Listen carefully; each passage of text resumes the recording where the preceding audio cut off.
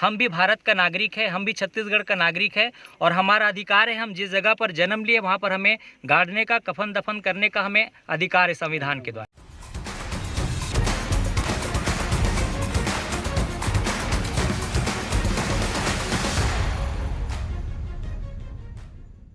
इन दिनों छत्तीसगढ़ प्रदेश में कहें या बस्तर संभाग में कहें, ईसाई समाज के लोगों के अंतिम संस्कार के लिए बड़ी जद्दोजहद हो रही है और जो स्थिति है वह कानूनी समस्याओं से को लेते हुए एक विवाद के रूप में, एक बवाल के रूप में तक बढ़ जाती है, जिससे स्थानीय प्रशासन को कड़ा संघर्ष करना पड़ता है। नमस्कार, मैं हूं राजकुमार दुबे और आप देख रहे हैं लोकल न्यूज।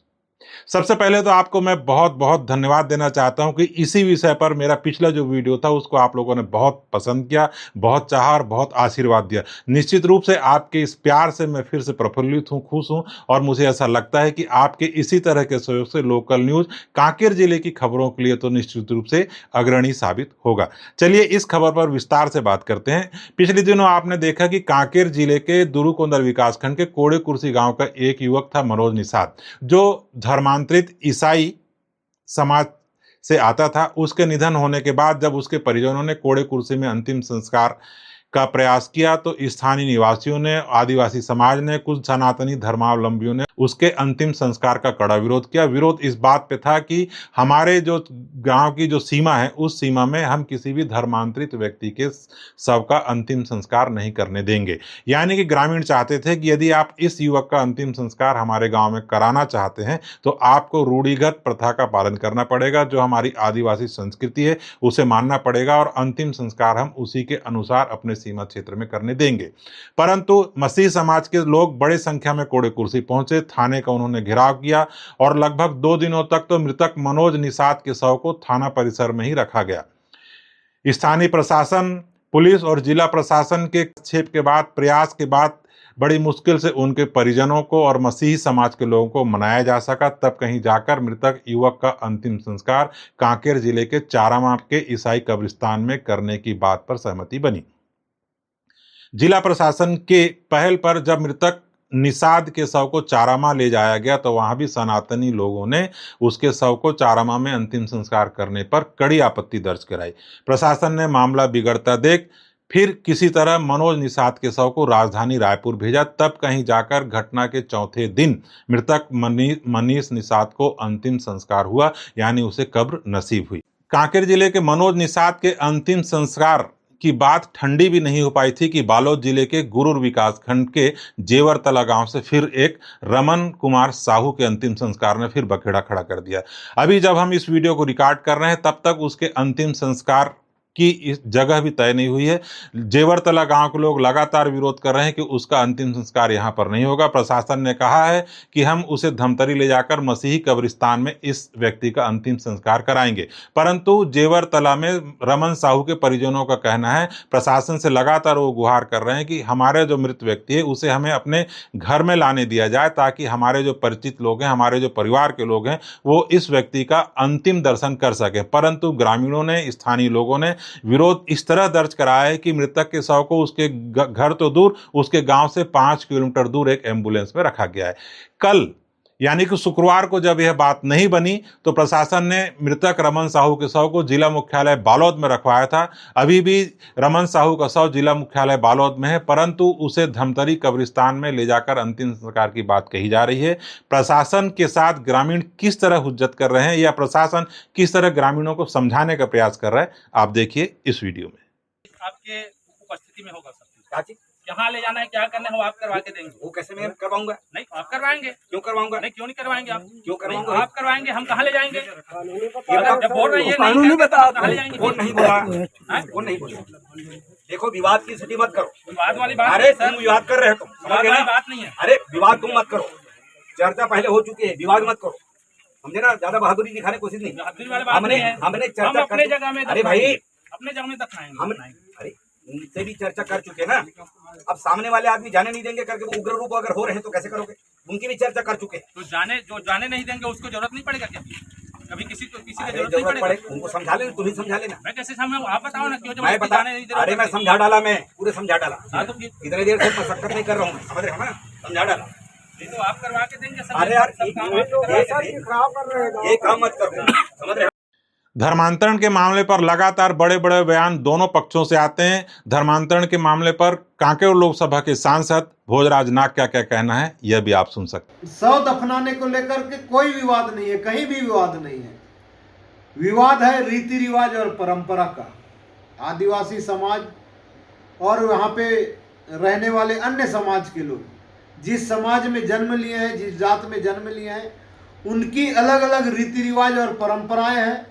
उन रीति रिवाज परंपरा को छोड़ करके ये कथाकथित जो धर्मांतरित लोग हैं, ये बाहर के विदेशी धर्म को अपना करके, बाहर के पार्टनर बुला करके उनके रीति रिवाज और परंपरा से इस प्रकार के काम करना चाह रहे हैं, संस्कार करना चाह रहे हैं, शव दफनाने की बात कर रहे हैं।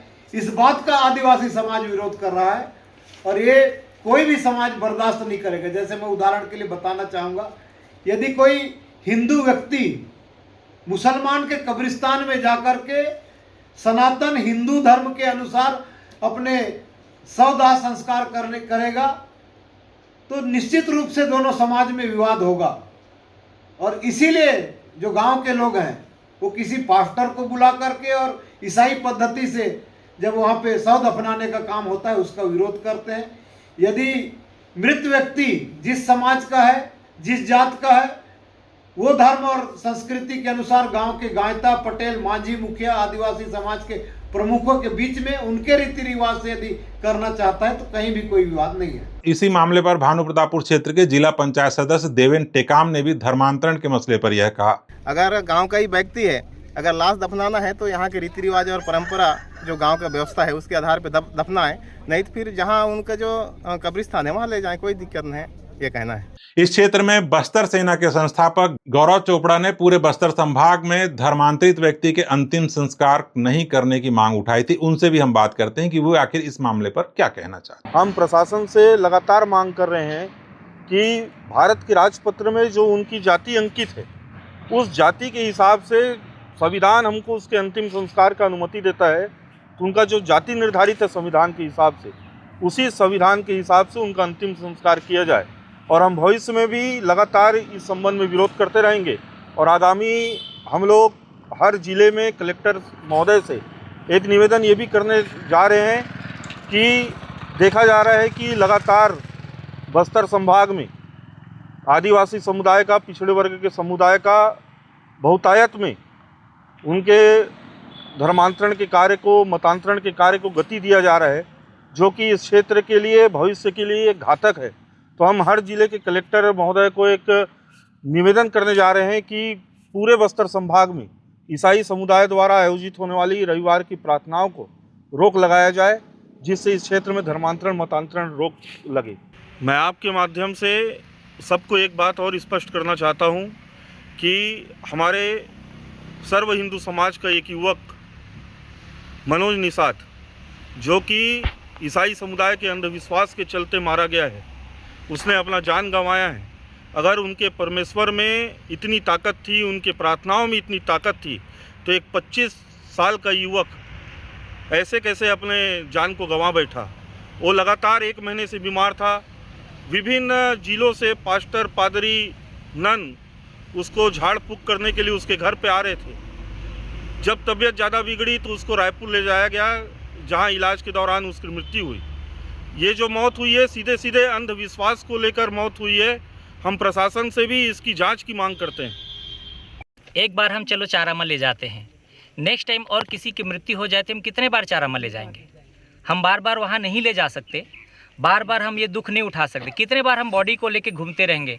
हम भी भारत का नागरिक है, हम भी छत्तीसगढ़ का नागरिक है और हमारा अधिकार है। हम जिस जगह पर जन्म लिए वहाँ पर हमें गाड़ने का, कफन दफन करने का हमें अधिकार है संविधान के द्वारा। और हम अपने संविधान का हनन होते हुए नहीं देख सकते। हम अपने अधिकार के लिए जहाँ तक हो सके हम लड़ने के लिए तैयार हैं। ईसाई धर्मांतरण कितनी बड़ी समस्या है और इसका क्या उपाय हो सकता है, इस पर हमने प्रदेश कांग्रेस कमेटी के अध्यक्ष दीपक बैस से भी चर्चा की। उन्होंने क्या कहा, यह भी हम सुनते हैं। देखिए, क्योंकि इस मामले को लेकर बस्तर में ज़्यादा ही इस तरह के प्रकरण सामने आ रहे हैं और पूरी तरह से भारतीय जनता पार्टी इसको हवा भी दे रही है। लेकिन ये है कि इस तरह के मामले को किस तरह से समाधान किया जाए, ये सरकार का मसला है। सरकार को इस पे कुछ न कुछ रास्ता निकालना चाहिए। क्या हो सकता है, तो वो इसमें सरकार को कुछ न कुछ, मुझे लगता है, रास्ता इसमें निकालना चाहिए। और अभी प्रदेश के उप मुख्यमंत्री और गृह मंत्री विजय शर्मा जी भी भानु प्रतापपुर आए, तो उन्होंने कहा कि हम बहुत जल्दी इनको जगह उपलब्ध कराएंगे, पर कब तक कराएंगे, कहाँ कराएंगे, ये नहीं कहा उन्होंने। नहीं, ठीक है। अगर अब देखिए, सरकार उनकी है नहीं, वो तो कानून लाएंगे बोल रहे हैं, ड्राफ्ट तैयार है बोले, अभी तक कानून भी नहीं लाए, ना ड्राफ्ट भी उनका कब तैयार है, ना कोई ड्राफ्ट का अता पता नहीं, ना कोई वो लोग कब कानून लाएंगा उसका कोई लाएंगे उसका कोई अता पता नहीं। तो इस तरह से अगर गांव में ज़्यादा दिक्कत है, मुझे लगता है शहरों में जमीन चिन्हांकित उनके लिए शासन प्रशासन करना चाहिए। इस तरह की घटनाएं प्रदेश में लगातार बढ़ती जा रही हैं। इस मामले पर हमने भानु प्रतापपुर पहुंचे प्रदेश के उप मुख्यमंत्री और गृह मंत्री विजय शर्मा जी से जब सवाल किया तो उन्होंने क्या कहा, सुनिए आप। ये सामाजिक बड़ा विषय है और समाज से ही इसका हल संभव है। दोनों ही पक्षों की अपनी अपनी बातें हैं, परंतु विशेष रूप से ये है कि किसी एक ऐसे लोगों के प्रति क्यों इतना आक्रोश है सबके मन में, ये उनको सोचना पड़ेगा। अन्य लोगों के मन में, स्थानीय जनता के मन में, मूल यहाँ के जो सांस्कृतिक लोग हैं उनके मन में ऐसा क्या कारण है, और अगर ऐसा है तो उनको अपनी गलती का परिमार्जन भी करना चाहिए। खड़े खड़े कोई व्यक्ति अपने ही समाज, अपने ही परिवार, अपने ही गांव, अपने ही मित्र यार सबसे दूर हो जाता है, ऐसी क्या प्रक्रिया कर दी जाती है? उसको भी ठीक करने की आवश्यकता है। अगर ऐसा ना हो तो ऐसा नहीं होगा, परंतु वर्तमान में जो कुछ है उसके लिए प्रशासन की तरफ से भरसक प्रयत्न किया जाए। ये तो था उप मुख्यमंत्री विजय शर्मा जी का बयान। उन्होंने कहा कि हम ईसाई समुदाय के लोगों के अंतिम संस्कार के लिए भूमि उपलब्ध कराएंगे, परंतु उन्होंने यह भी कहा कि इस बात पर विचार करना चाहिए कि लोग अचानक हिंदू धर्म को छोड़कर दूसरे धर्म में क्यों चले जाते हैं। निश्चित रूप से इनकी ये बात गहरी है और विचारणीय है। देखना होगा कि इस पर ईसाई समाज के लोग विचार करते हैं या सनातनी धर्म के लोग विचार करते हैं। सवाल यह है कि धर्मों की अगर बात आती है तो धर्मों के बीच में इस खाई को मिटाया कैसे जाएगा? क्या सरकारें अपने फैसले लेकर, क्या न्यायालय अपने निर्णय देकर इन समुदायों के बीच की खाई को पाट सकती है, या इन धर्मांतरित लोगों और जो सनातनी धर्मावलंबी हैं इनके बीच में जो विचारों का गहरा पहाड़ है उसे मिटा सकती है? आने वाले समय में देखना होगा कि समाज अपने बीच बनी इन खाइयों को, इन दूरियों को कैसे कम करते हैं। परंतु अभी सवाल यह आपके लिए छोड़े जा रहा हूं कि यदि ईसाई धर्म के लोगों के व्यक्तियों का निधन बस्तर संभाग में होता है तो क्या उन्हें दूर राजधानी तक लेकर अंतिम संस्कार के लिए यूं ही जाता रहना पड़ेगा क्या?